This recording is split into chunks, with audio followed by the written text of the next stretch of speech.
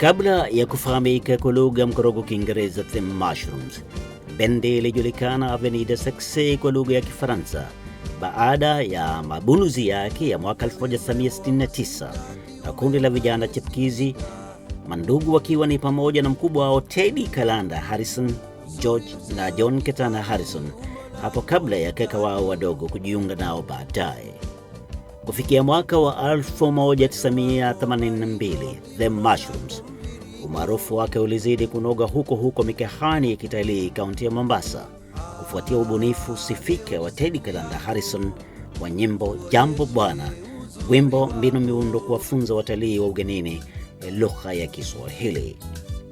Wimbo huo ulitanda kupitia sauti ya Kenya kwenye idhaa ya Kiswahili na ya Kiingereza, hivyo kuifanya bendi ya The Mushrooms kujulikana zaidi kitaifa na hata mataifa ya nje. Jambo bwana, habari gani? Nzuri sana. Tuimbe, tucheze sote. Kiswahili ni lugha ya Afrika. Jambo bwana, habari gani? Nzuri sana. Tuimbe, tucheze sote. Kiswahili ni lugha ya Afrika.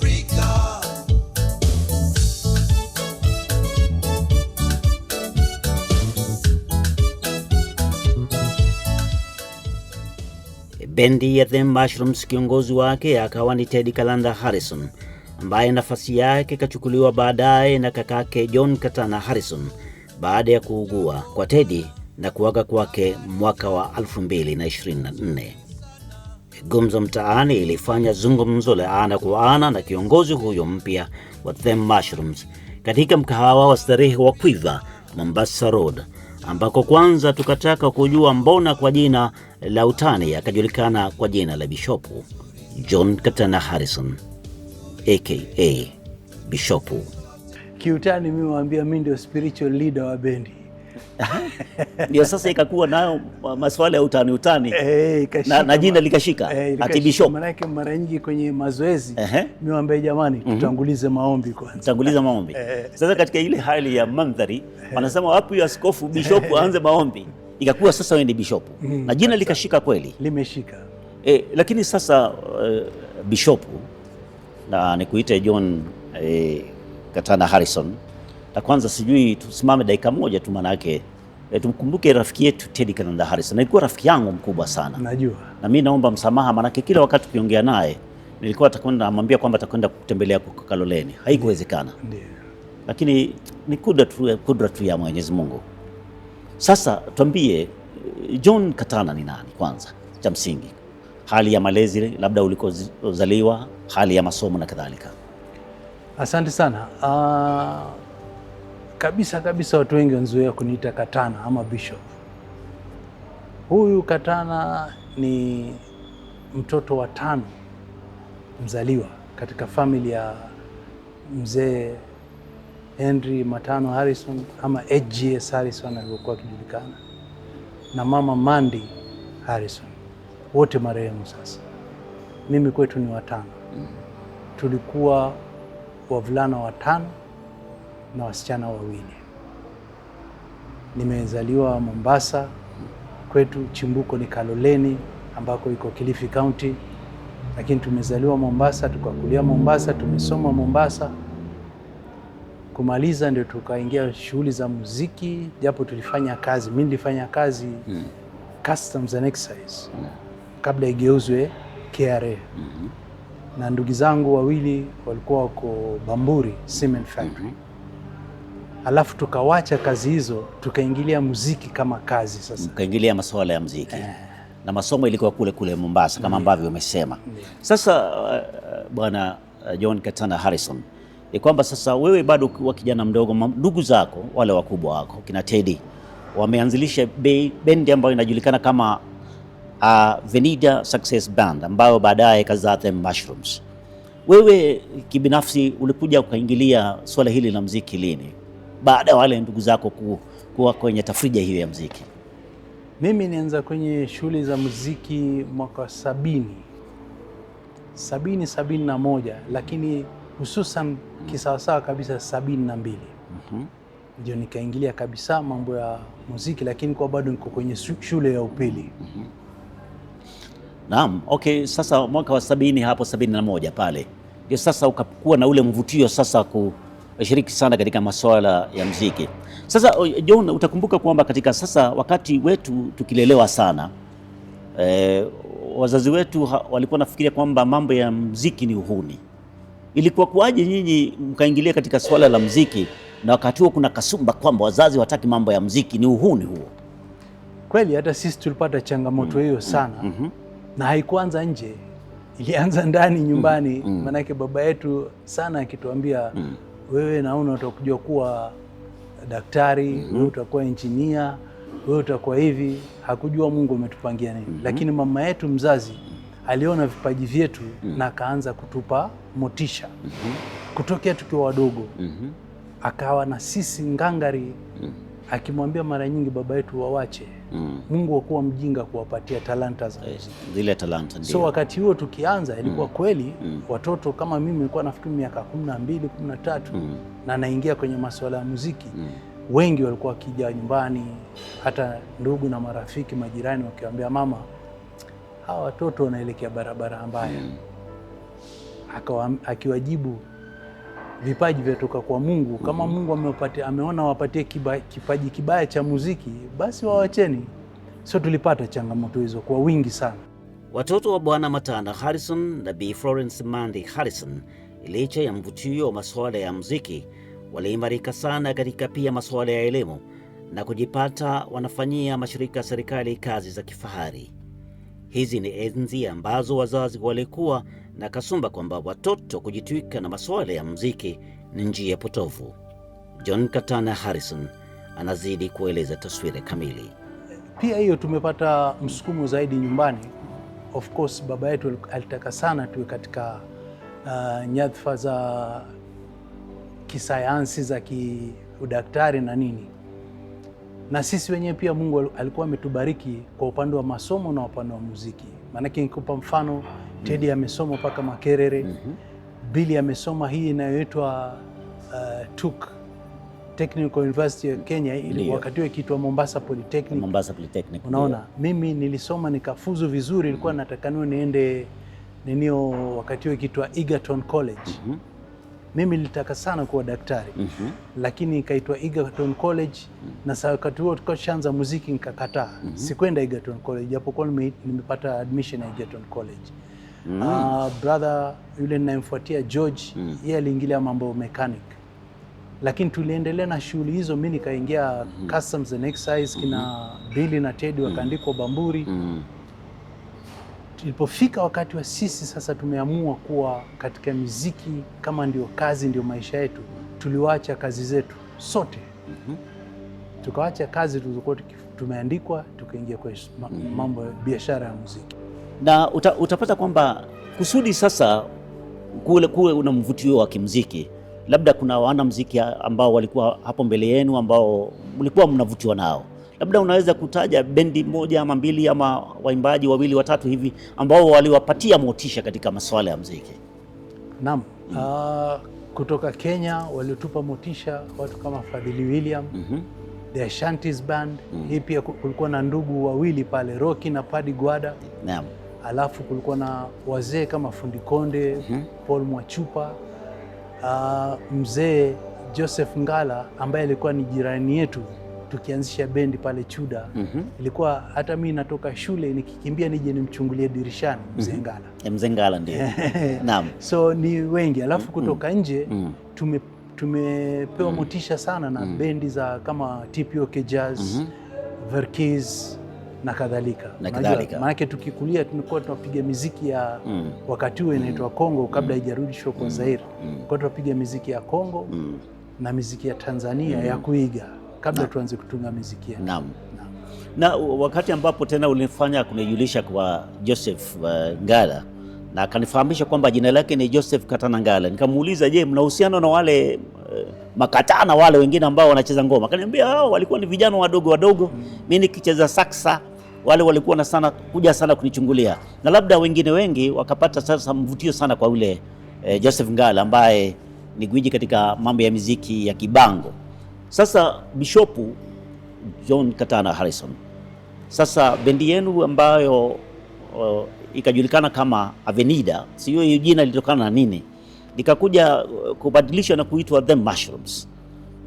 Tuingize katika taswira kamili jinsi ambavyo mliweza kutoka kwa Avenida mkakuwa sasa Uyoga Band, The Mushrooms kwa kimombo. Okay, mara nyingi majina mengi alikuwa akitoa ya bendi ni Teddy, amepewa kipaji. Yeah, ndio. So hii Avenida sio success actually. Yes. Ni kama tulikuwa tunaigiza kama kwa Kifaransa inatamkwa success.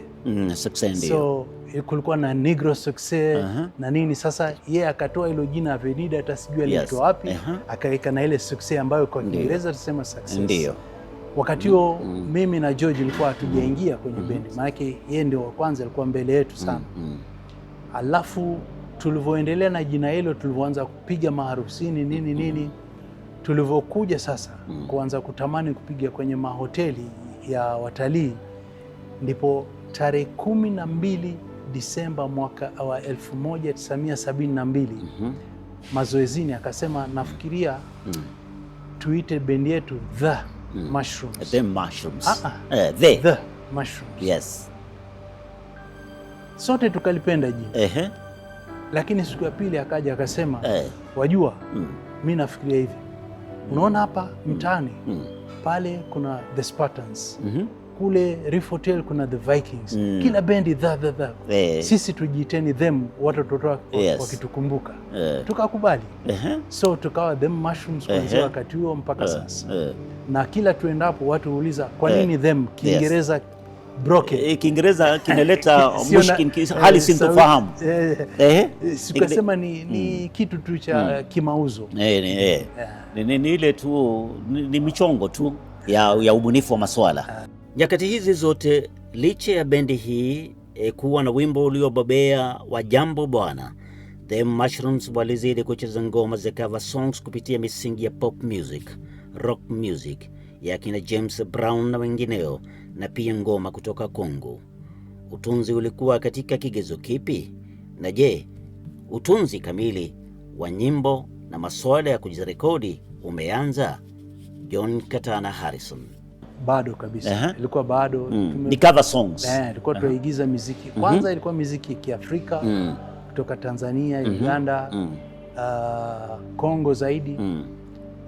Tulivyoona wenzetu wanaopiga kwenye mahoteli ya kitalii wanapiga muda mfupi na wanapata pesa karibu mara 3 zaidi yetu. Huko Vumbini ilikuwa tukikuita Vumbini tuwapiga kuanzia saa 2 mpaka saa 12 asubuhi na pesa sio mzuri sana. Mnalipwa kwa mahamri. Tukaamua kuingia upande ule. Ndio sasa tukaanza kutunga. Ndio maana wimbo kama Kenya Hakuna Matata unaitwa Jambo Bwana ulitungwa na Teddy mwaka 1980.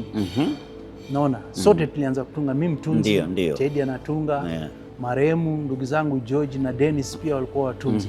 So polepole tukaendelea na mambo ya utunzi.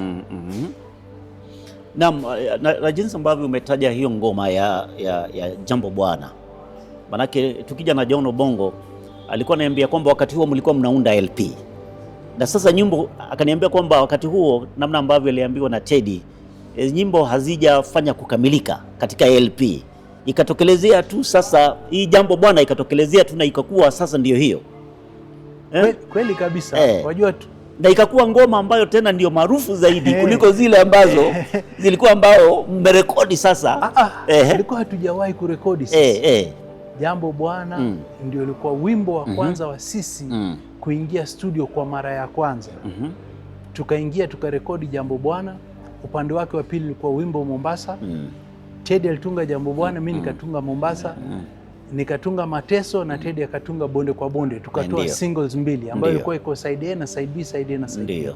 Nyimbo 4 mwaka 1980 ndizo tulizoingia studio kuzirekodi. Ilikuwa studio zipi? Nairobi ama Mombasa?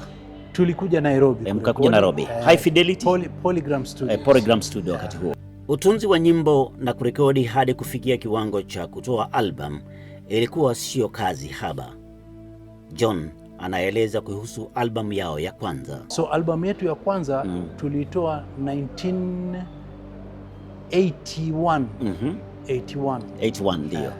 1981 ndio tulitoa New Horizons, Yes. albamu yetu ya kwanza. Albamu ya Lakini hapo tulikuwa tumetoka Polygram, tukaingia CBS. na nyakati hizi zote mko Mombasa katika burudani za mikahawa na mnapata hela kwa madola sasa.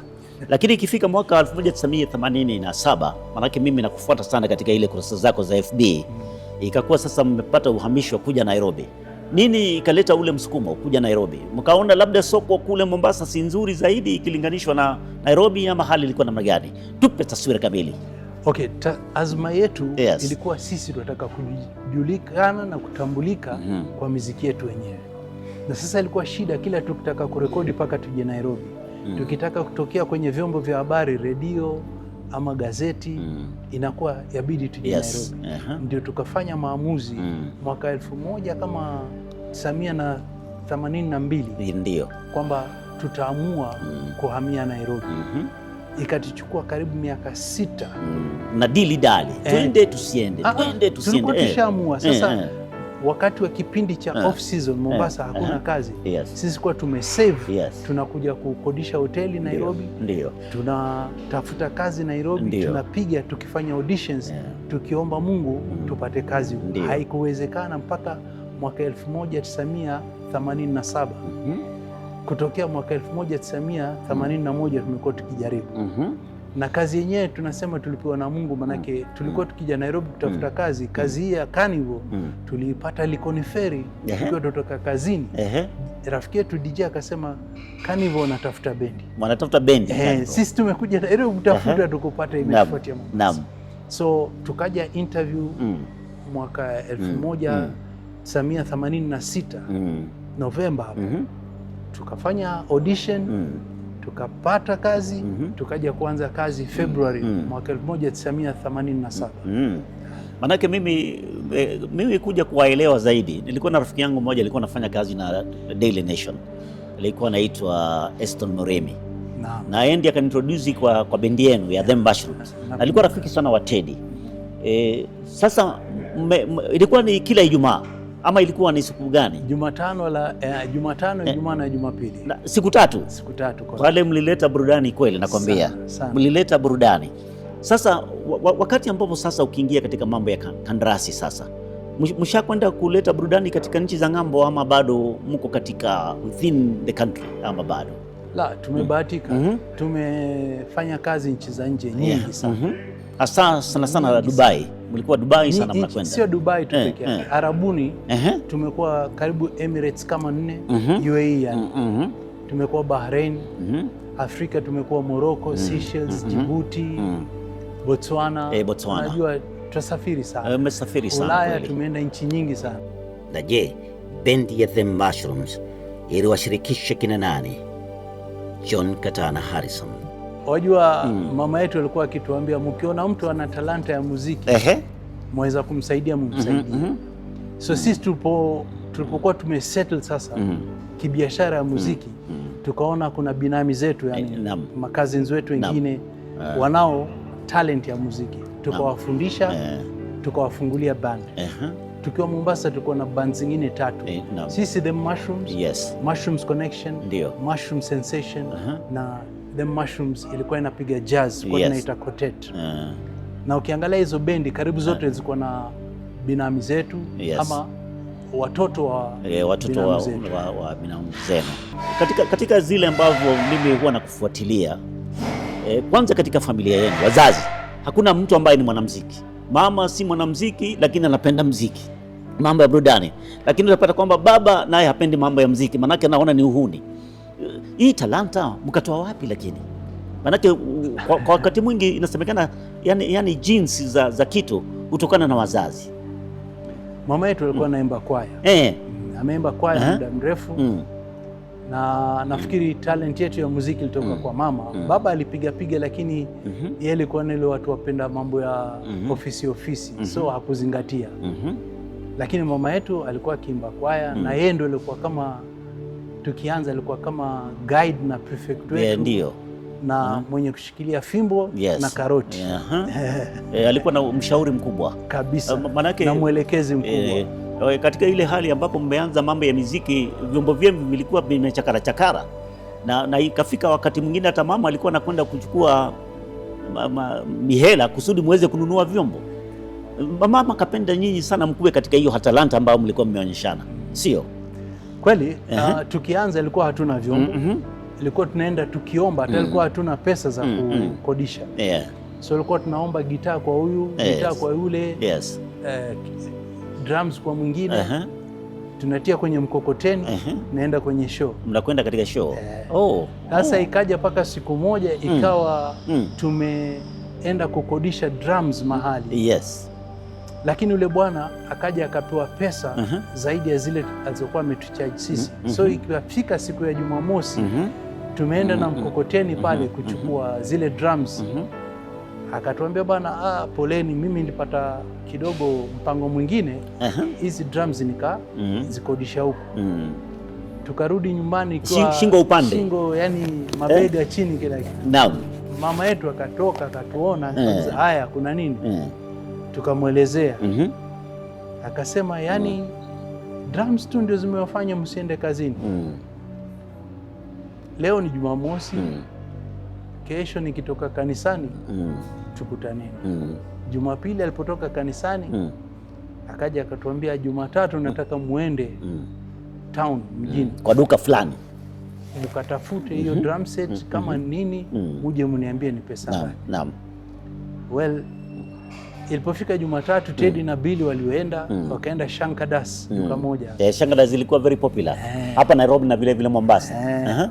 Kaangalia pale drum set ya blue ya make ya Pearl. Karudi nyumbani mama, ile drum set ni 3,500 wakati hiyo ni pesa nyingi sana. Hiyo hela ilikuwa nanunua shamba kule Mtwapa. 3,500. Ndio. Mama akasema tutakwenda sote huko. Siku ya pili wakatoka na mama na sote sasa. Tukaenda akainunua ile drum set, tukarudi nayo nyumbani. Hiyo ni support kubwa, kando ya ile kwamba alikuwa akifanya hivi, alitupatia. Ile ilikuwa kubwa. Ucharazi wa vyombo mbalimbali na misawiano ya vyombo husika ndio huwa inaleta uhondo wa ngoma na kuleta mvutio wa usikizaji na misakato ya densi. Mbari ya Harrison, kila mmoja wao alikuwa na tajriba ya kutosha kucheza chombo husika. Tulimteka John Katana Harrison kuwatambua na kukitaja chombo husika. Kaanza na kitinda mimba wetu ambaye ni last born wetu, marehemu sasa, Dennis Kalume Harrison. Pole. Yeye tulimfundisha kupiga drums. Drums ndio. Lakini alijaliwa kuweza kupiga bass guitar na gitaa pia. Naam. Kutoka yeye kuna sister ambaye yeye ni mwimbaji lakini hatukupiga naye. Alafu ya jamii mimi naweza kupiga karibu vyombo vinne. Main yangu ni keyboard. Lakini naweza kupiga bass, naweza kupiga gitaa. Naona. Naweza kupiga percussion, congas. Naam. Haya, alafu juu yangu nakuja George. Huyu Mungu alimbariki. Vyombo sijui karibu ngapi alikuwa. Anacharaza zote. Alikuwa genius. Na akipewa chombo akitaka kukipiga hata kama ni kipya ndani ya masaa 10 atakipiga kama amekuwa nacho miaka 20. Alafu yuko Bill, yeye anapiga percussion lakini chombo chake muhimu ni bass. Alikuwa anapiga bass. Yeye ndiye alikuwa anatumia kushoto. Jamaa mmoja kibonge hivi lakini anasakata kweli. Alafu sasa mkubwa kabisa ni Teddy ambaye alianza kabisa na gitaa. Ndio. Alikuwa akipiga gitaa. Alafu akaswitch akaingia kwa saxophone na percussion. Kwa hivyo kila mmoja wetu kando ya Bill, kila mmoja wetu anaweza kupiga zaidi ya ala moja ya muziki. Lakini kwa zaidi mimi naona kwa zaidi ni kama Teddy alivutiwa sana na Joseph Katana Ngala katika mambo ya saksa. Manake ile saksa naye ukishika hivi na ubabe wake ina show, ina swag. Kweli kabisa. Na vile sasa ilikuwa kama nimekwambia pale pokuwa tunaishi sisi Chuda, nyumba ya mzee ilikuwa hapo hapo. Sasa ilikuwa tunawaangalia sana hata show zetu za kwanza ilikuwa tunawafuatia Mzee Ngala na Bahari Boys bendi yake wakipiga Makupa Railways Club. Ndio. Tunaenda pale tukiwa wadogo, wakiwa wanapumzika anatuachia tupige na sisi. Mnaachiwa nafasi. Ilikuwa tunaita kuchukua lifti. Hiyo kuchukua lifti. Sasa bwana Bishopu, nikuite jina la usanii ambavyo unafahamika sana. Siku hizi utapata kwamba hali ya muziki imebadilika sana, na hasa katika masoko.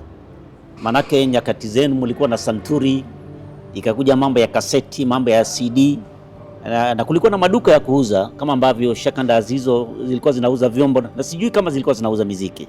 Walikuwa wanauza pale Government Road, Moi Avenue pale. Sasa utapata kwamba sasa soko iko katika hali ambayo ni ya digital. Siku hizi hakuna maduka, hakuna mambo ya kaseti, hakuna mambo ya santuri, hakuna mambo.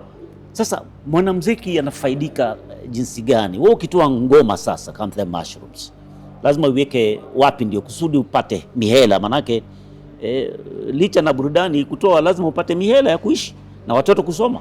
Ndio. Sasa mambo yote yameenda kwenye mtandao.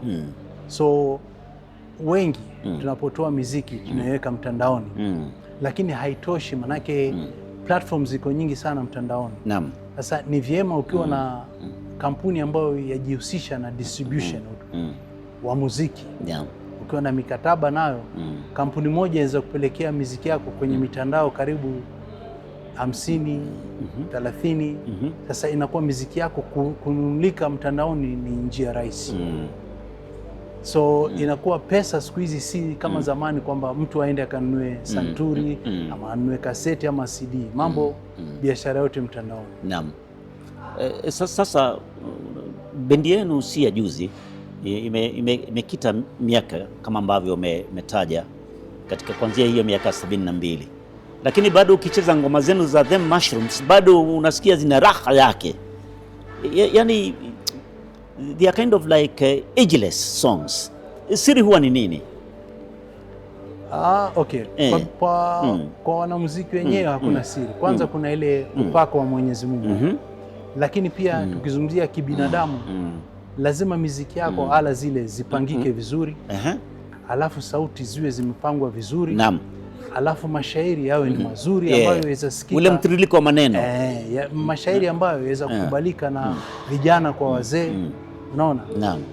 Sasa hiyo ndio imetusaidia pakubwa sana. Mashairi yetu yanaweza sikika mahali popote palipo na mchanganyiko wa watu wa umri mbalimbali bila mtu kusikia mbona hao wameimba hivi.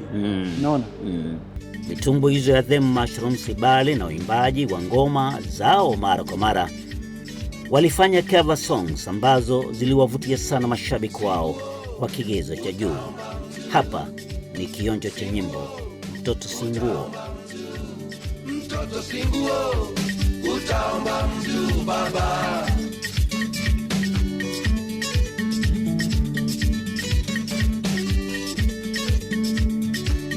Kosa wako utalia sana, kosa wako utalia sana, ukikosa wako utalia sana baba.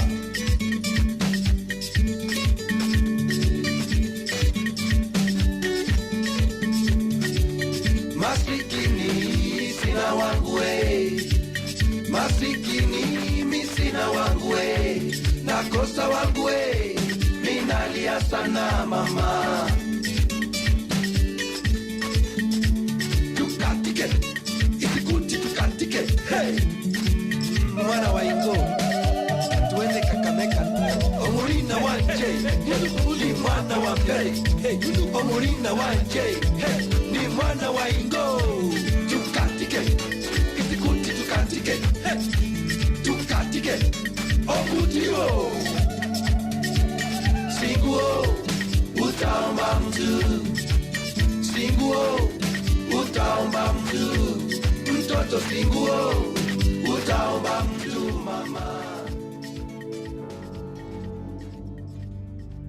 Wimbo kama Akumu ni utunzi wangu. Utunzi wako? Hii wimbo ilikuwa safi. Utunzi wangu, lakini ilikuwa malengo ile ilikuwa inafuatia sasa kuangalia kwamba tumehamia Nairobi. Tunataka watu wa Nairobi wapende chakacha. Ndio. Na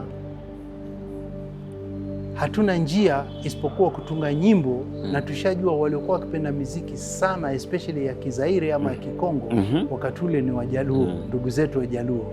Ndio tukatunga wimbo, kaandika mashairi ya Akumu kusifia mwanamke wa Kisumu vile nitakavyokwenda kumuoa na umbo lake na nini. Lakini ilikuwa shabaha ni kwamba wapende ile style ya chakacha ambayo ilikuwa haijashika huku bara huku, manake ilikuwa maarufu sana katika mambo ya pwani. Sasa potoa wimbo ule effect ilikuwa na impact kubwa sana kwamba wasichana wengi wanaoitwa Akumu wakawa wakituuliza, ulikuwa umenitungia mimi huo wimbo? Wanaolipokea vizuri. Kwa hivyo shabaha yetu ilikuwa imetimia. Naam.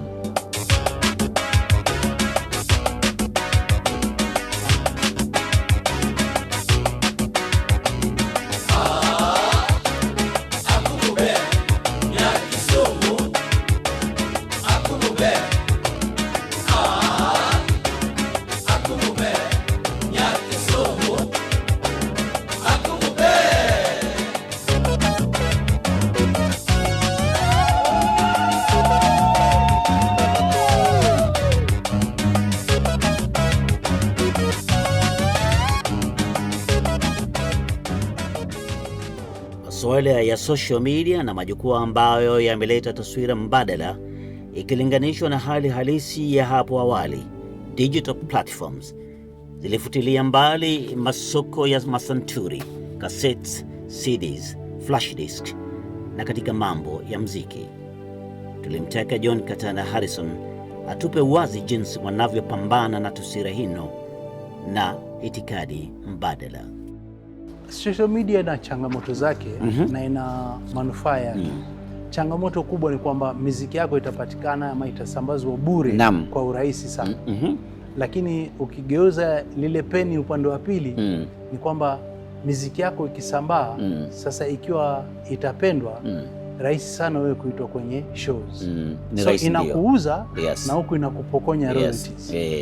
Na vile vile hata ikiwa maarufu zaidi katika social media unapata malipo, sio? Si ndio hivyo? Ukifika kiwango fulani cha wale ambao wanakufuatiliza inakusaidia vile vile. Kabisa.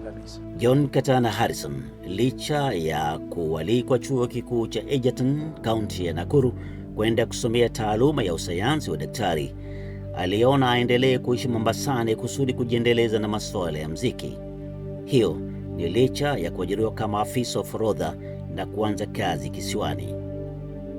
Bali na utunzi, John Katana Harrison ni mpambanaji kwenye haki za wanamuziki na amewahi kufanyia kazi mashirika ya muziki na haki zao kwa njia ya uchaguzi. Ukarimu wake na masuala ya kujitolelea na masuala ya nyumbani kwa kaunti ya Kilifi huwa ni ya uwazi. Licha ya hali hiyo, tulimtaka kinaga ubaga kutueleza ni nini hicho ambacho kinaweza kumuliza John Katana Harrison. Kitakachoniliza kwa haraka sana ni injustice. Nikiona mtu anadhulumika ama anadhulumiwa, inaniudhi, inakutoa machozi, hata inaweza nitoa machozi. Ikiwa sina uwezo wa kufanya chochote, ikiwa nina uwezo, hata pengine saa nyingine najikuta nimeingilia jambo ambalo ilikuwa stahili kuingilia, lakini kwa sababu mtu anadhulumiwa najipata nimeingilia. So hilo ni moja. Pili ni mahali ambapo pengine family ama ndugu, marafiki hawana kupendana. Hayo mambo mawili. Kuna ule uhasama kati ya mandugu. Hilo la niuma sana. Na wewe ukikumbuka kwamba nyinyi mlikuwa, yani ule undugu wenu ulikita mizizi mpaka ukapanuka mpaka kwa makazini wenu. Na watoto wenu tena wakaingia katika kikundi hichi vile vile, kama ambavyo umesema kulikuwa na them mushrooms A, B, C na mpaka ya 4. Ni kweli, manake unaona hakuna mahali kama vile Mungu anavyosema na kusemekana kwenye maandiko kwamba palipo watu wameelewana, Roho Mtakatifu anakuwa anateremkia pale. Palipo watu wameelewana, wawili wakielewana, Mungu teremsha neema yake, pana amani, baraka, pana amani. So hilo kwangu ni muhimu sana. Yes. Muhimu sana sana. Hata naweza kukereka ikiwa jambo alinihusu, lakini kwenye family nitajaribu kuleta amani. Unaleta amani. No wonder wakakuita bishop. Sikutarajia. Sikutarajia, ni neema tu. Muhammad Juma Njuguna alikuwa ananiambia ni kudra ya Mwenyezi Mungu. Neema ya Mwenyezi Mungu.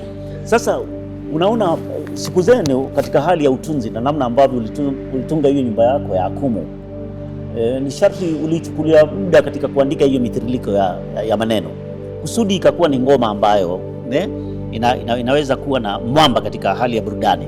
Lakini utapata kwamba kizazi cha siku hizi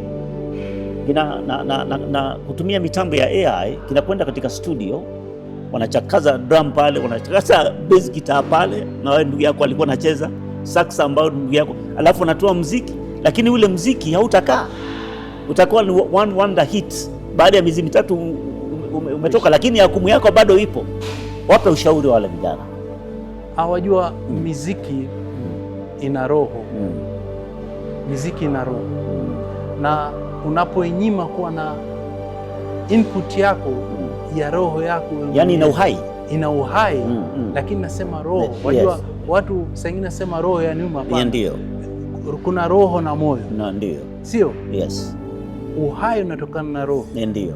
Sasa muziki ikiwa haina roho ambayo imetokana na mwanadamu, itapendeza lakini itakufa haraka, ni kama chewing gum. Inakwisha utamu wake haraka. No. Lakini unapotia, ndio maana ukisikia muziki ya wanamuziki fulani wametia ile kitu pale kwamba ina kudumu, wao watakufa, wataiwacha muziki inaendelea. Na hatimaye tulimtaka John Katana Harrison kutoa ushauri. Mimi nitalitoa kihivi kwa serikali yetu iweze kuipa creative space katika ubunifu wa sanaa, waiwekee kipaumbele vile vile walivyofanyia ukulima, sayansi na vitu kama hivyo, kwa sababu ni wengi ambao wana vipaji vya kuchora, vya kuandika, vya kuimba, lakini kwa sababu serikali haijaweka mambo haya na kuipa kipaumbele, unapata siku zote unapiga muziki, unaulizwa wapiga muziki wafanya kazi gani nyingine, kama ambao muziki si kazi, kwa sababu serikali haijatambua muziki kuwa inaweza kuwa ni kitu profession. So kwa kusema kweli, hilo ni la kwanza. La pili ni kwa Wakenya wenyewe, sisi wenyewe tuweni kama Watanzania, tuweni kama wa South Africa, tuweni kama wa Nigeria wanavyopenda muziki yao. Na hii yatokana na nini?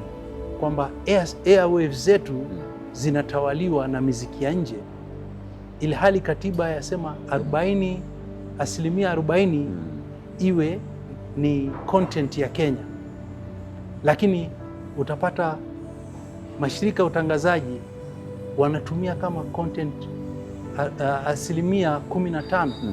Serikali yapasa kuipeleka hii iwe kama Nigeria, Tanzania wanafanya 80% ni content ya nyumbani. Watu watasema nimepitwa na wakati kwa sababu mambo yako kwenye mtandao, lakini nitakwambia kweli, contact ya kwanza ya watu kusikiza muziki popote walipo, mara nyingi mashambani, ni redio. Na huko ndiko kuna kuzalisha wanamuziki, wanaona shida kule, wanakuja town. So tukiweza kumudu jambo hilo, tutakuwa tumesaidia sana fani ya muziki. Basi namna ambavyo umetaja nchi ya Tanzania na vile vile Nigeria, wacha turudi kidogo. Utapata kwamba Watanzania na Wanigeria wako mbele yetu sana katika masuala ya muziki. Maanake ngoma yote ikitengezwa Tanzania, unasikia takuamka na kuanza kuvuruga sakafu kucheza.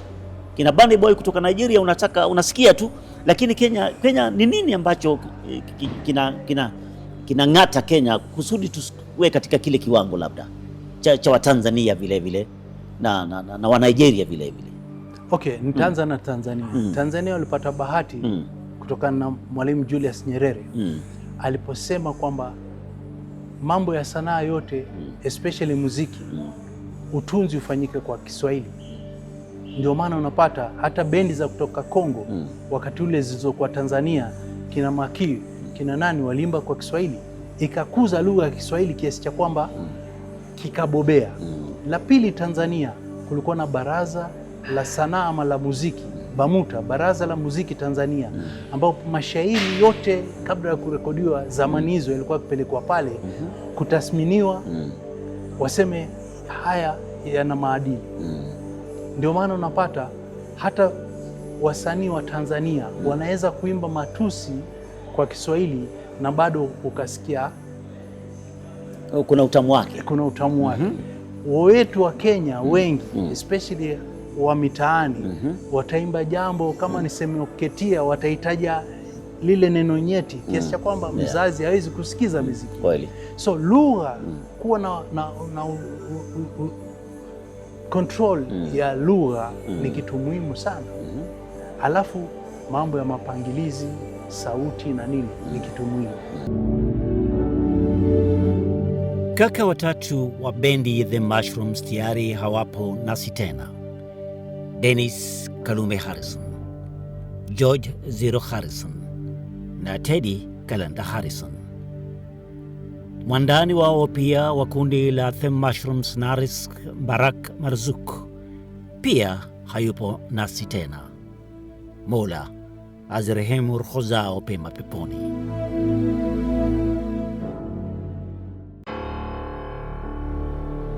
Basi na hivyo ndivyo ikawa. Wanawe Henry Gibson Shadrack Matano Harrison na mkewe Florence Mandi Henry Gibson Shadrack Matano Harrison, kwa majina Teddy Kalanda Harrison, Billy Saro Harrison, George Zero Harrison, John Katana Harrison na Dennis Kalume Harrison. Kwa undani, Henry Gibson Shadrack Matano Harrison alijitwika katika masuala ya upambanaji wa wafanyakazi katikati mwa karne ya 20 mjini Mombasa dhidi ya unyanyasaji wa waajiri mabeberu, bali na upiganiaji wa ukombozi na kujitawala kwa Mwafrika kufikia miaka 60. Kwa zaidi, inakumbukwa na kwa mjibu wa arifu wa kihistoria kwamba Henry Gibson Shadrack Matano Harrison ndiye aliyekuwa mshirikishi kusuluhisha mgomo wa wafanyakazi kisiwani Mombasa na waajiri wao mabeberu hapo mwaka wa 1947. Hili ni Gumzo Mtaani, mkahawa wa burudani wa Quiver Mombasa Road, ambao bali na mapochopocho chakula pendezi kuwa wanaandaa tafrija ya ngoma mbalimbali. Unaweza kuwafuatilia kwenye tovuti yao kwa habari zaidi. Hili ni Gumzo Mtaani. Mgeni rasmi John Katana Harrison, na jina langu ni Daudi Kanja.